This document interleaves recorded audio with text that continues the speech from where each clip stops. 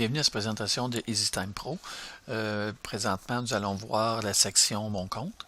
Fait que dans Mon compte, présentement, modification de mes informations personnelles, vous allez retrouver l'information qui est nécessaire. Vous voyez présentement ici, ça va être le prénom, le nom, l'alias de connexion, les courriels à domicile, courriel de compagnie, le numéro de téléphone, fax, ainsi de suite. Fait que c'est l'information nécessaire, ainsi que le numéro de référencement si on a besoin d'associer avec un autre site qu'on expliquera plus tard dans d'autres modules. À l'intérieur, nous retrouverons les départements, les départements où l'employé est associé. Il peut faire partie de plusieurs départements, s'il est en charge d'un département ou pas. Fait qu'on envoie toute l'information de la façon que le système va fonctionner et son département principal. On retrouve à voir les historiques de connexion, c'est toutes les dates et les heures, les 10 fois qu'il s'est connecté, les 10 dernières fois. Le système tient en note tous les fois. Par contre, l'employé peut voir les 10 dernières connexions parce qu'une personne peut se connecter en tant qu'un autre. Fait que si j'ai les droits, je pourrais rentrer ici, puis déterminer que je rentre en tant que Michel. Fait que présentement, je suis en tant que Michel dans le système. Fait que si on voit présentement, j'ai juste Michel à l'intérieur, je vois seulement que mes informations ici.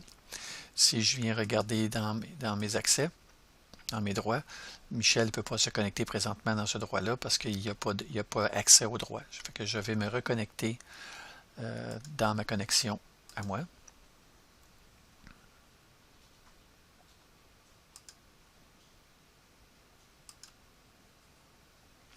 Fait que présentement, je retourne avec Michel. Fait que je suis connecté en tant qu'administrateur. Fait qu'à partir de l'administrateur, je peux configurer le compte à Michel. Fait que vous voyez, il a les droits d'accès. Tantôt, Michel, dans son compte, ne pouvait pas accéder à cette section-là parce qu'il a les droits de travailler au niveau des ressources employées. On va dans les formations. La section formation permet de mettre en place toutes les formations en place que l'employé a, ainsi que l'expiration de cette formation-là. Un exemple, un RCR pour la CSST, il va valider pendant 10 mois. Il y a 2 ans pour que la validité du contrat, il y a 18 mois pour prendre sa formation. Fait que ça, c'est pour la CSST. On a les qualifications et certifications. Fait que si j'ai besoin de plusieurs formations qui incluent des formations diverses pour qu'une qualification soit respectée. Je pourrais rajouter l'information, je peux rajouter les notes de passage, etc. Suivre le dossier de l'employé avec les notes, les certificats, ainsi de suite. On a le dossier médical. L'employé, je peux ajouter un dossier médical. L'employé peut faire une demande en maladie. Je peux rentrer l'information. Je peux déterminer son type. C'est un trouble de CSST, un accident, maladie sans médecin ou avec médecin. Je peux rajouter d'autres types. Je peux rentrer l'information, une note amendée, de façon que les responsables des départements vont voir sans nécessairement avoir le détail. Je peux avoir les notes de l'événement, où ça s'est passé, quand ça s'est passé. Je peux mettre des documents attachés, ainsi que le document du médecin. On se trouve à avoir le taux horaire de l'employé, fait qu'on a son taux horaire à l'heure, son taux à temps et demi, son nombre d'heures par semaine qui travaille, qui est normalement 40 heures semaine, ça peut être 37 ou autre, son salaire annuel, vous pouvez mettre son vide ou le système calcule automatiquement, ou vous mettez un montant, son nombre d'heures de vacances qu'il y a par année, fait 80 heures, qui est 2 semaines, son nombre de maladies. Fait que s'il y a des maladies qui a pris 5 heures, 6 heures, 7 heures dans l'année de maladie, ben on va retrouver ces heures ici, son cumul. On se trouve à voir et tout les temps supplémentaires, s'il a fait du temps supplémentaire, combien d'heures qu'il y a en banque. Terminer de les voir ici. L'historique d'assignation. Ça se trouve d'être pour quand on va chez des clients puis qu'on veut aller dans une tâche qu'on a puis qu'on aimerait faire signer un document en place pour avec les tâches qu'on va faire. Fait que je pourrais terminer que je fais du service sur le site. J'ai travaillé de 10h03 à 10h45. OK? La machine va automatiquement calculer pour qui que c'est, le taux que ça va correspondre. Puis il va signer sur mon iPhone, puis je vais pouvoir acheminer l'information. Fait que ça va tenir pas mal en note toutes les formations, tous les détails que le client a pour cette tâche-là. Fait que il peut retourner ou il peut aller dans sa feuille de temps directement à partir d'ici, dans son assignation.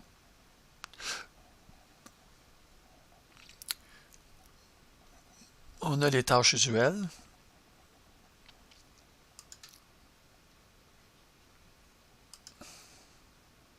On fait l'assignation, je l'ai montré. Je vais revenir à la tâche usuelle tantôt.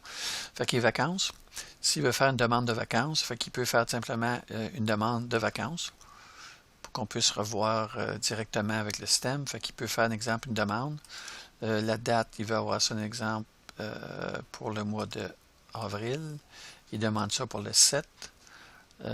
Puis ça va se terminer en avril pour le 7.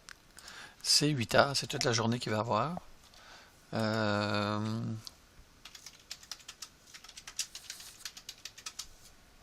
Il va aller au garage, il peut mettre les heures, il peut déterminer les heures, qu'on puisse trouver les bonnes heures. Fait que lui, il va mettre de 8h à 17h. Fait que ça se trouve être son chiffre au complet, il l'envoie. Fait que vu que je suis responsable du département, des alertes du département, fait que présentement, il y a eu 2 demandes. Fait que je peux voir les congés ici, puis je peux rentrer dans le système.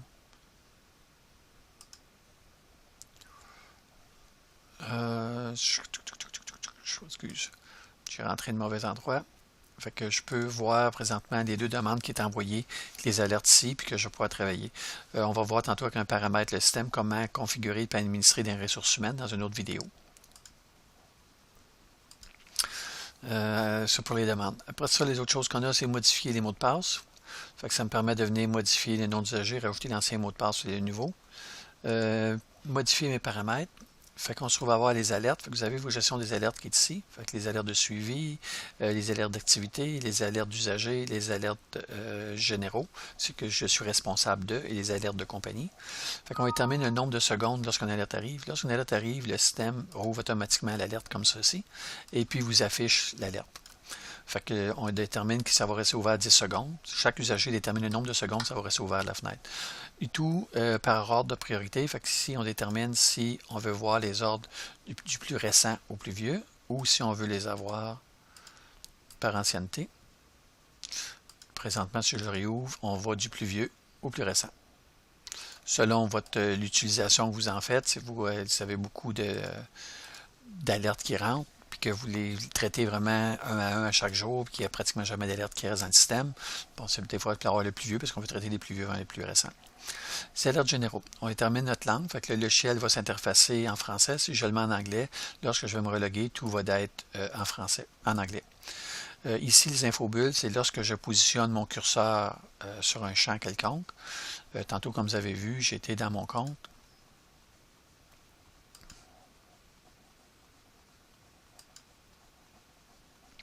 Puis je positionne mon curseur, puis vous voyez les détails.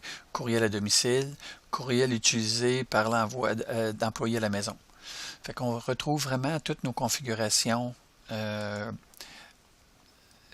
qu'on veut voir apparaître dans le système. Fait que ici, ça se trouve d'être un aide intuitif en travaillant avec le système. Fait qu'on peut dire oui, je veux voir la description et le titre et la description. Non, je veux seulement voir le titre seulement ou aucun. Plus que vous allez être habitué avec le logiciel, mais vous allez désactiver carrément la section. Fait que ça va accélérer vos traitements de travail. Sinon, le système, il va toujours vous mettre le mode intuitif à l'arrière pour être capable de vous aider à expliquer quel champ il fait quoi dans le système. Surtout qu'on ne met pas beaucoup d'informations aux côtés des champs, mais vraiment en filigrane à l'arrière du champ. Fait qu'une fois que le champ est rempli, il peut être complexe à voir avec la multitude de données. Mais une fois que vous utilisez le système, vous vous rappelez pas mal tout ce qui est utilisé. Durée d'ouverture d'une infobulle. Lorsqu'on rouvre une infobulle, ici présentement, si je le rouvre, il va rester ouvert 5 secondes. Les alertes par l'usager. Fait que c'est configuré. Si je le mets à 2 secondes, il va être seulement 2 secondes.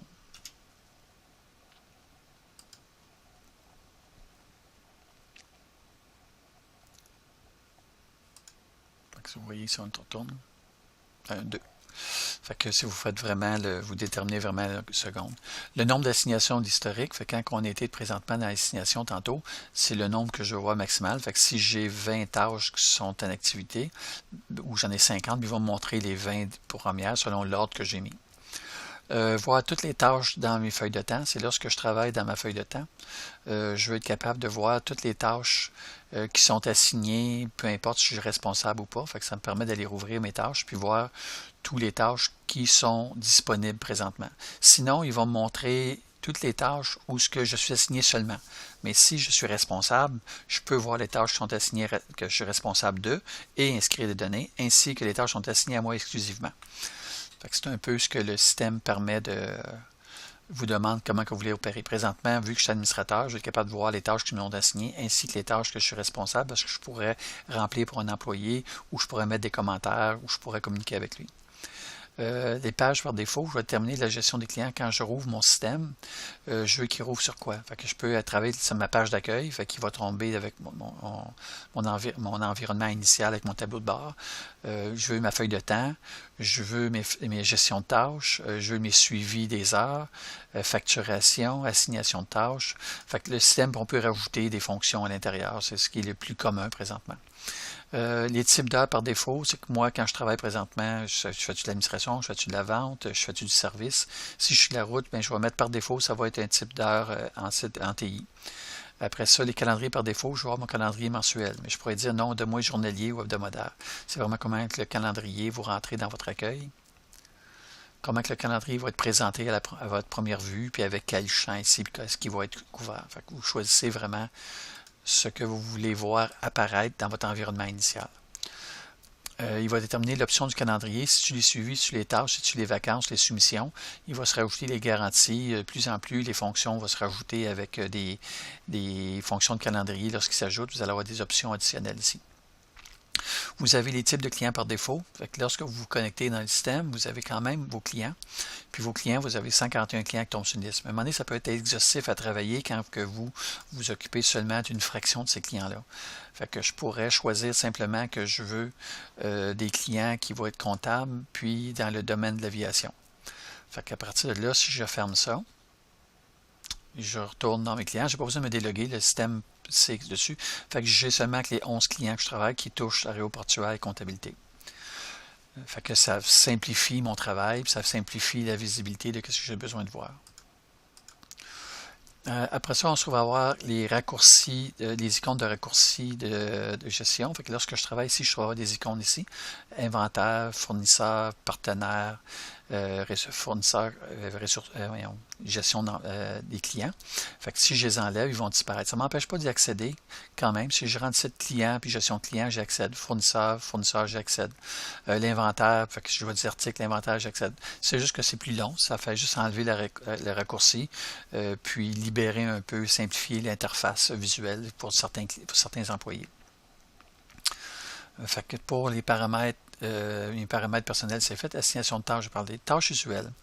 Le système permet de créer des tâches usuelles. Un exemple, j'ai déterminé que le soir, j'envoie une tâche à quelqu'un, puis que je veux qu'il vérifie que la porte avant et la porte arrière est fermée, puis qu'il me complète, c'était vérifié. De cette manière-là, lorsqu'il va le compléter, le système va automatiquement l'embarquer, là, présentement, je l'ai enlevé comme quoi qui n'était pas complété. Fait que si je dis ici, oui, je l'ai complété, c'est fait, il va automatiquement le marquer comme quoi qui est complété.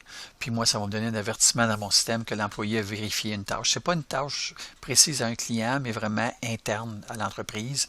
Puis qu'on veut avoir, par exemple, passer le balai, ramasser les poubelles, vérifier de changer le code du système d'alarme.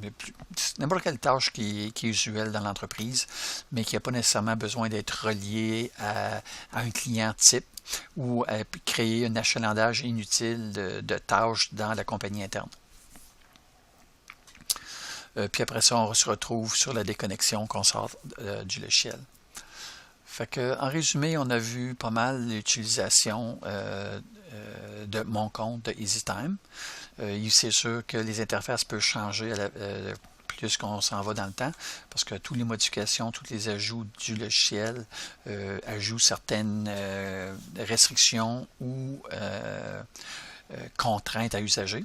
Fait que les usagers, s'ils ont la permission de voir ou de ne pas voir, mais ces fonctions-là vont apparaître dans ces menus-là. Fait que c'est vraiment mon compte, c'est vraiment la configuration, la paramétration de la configuration de l'usager dans son environnement web. Fait que ceci complète cette présentation de mon compte de EasyTime Pro.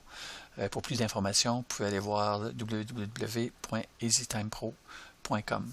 Merci.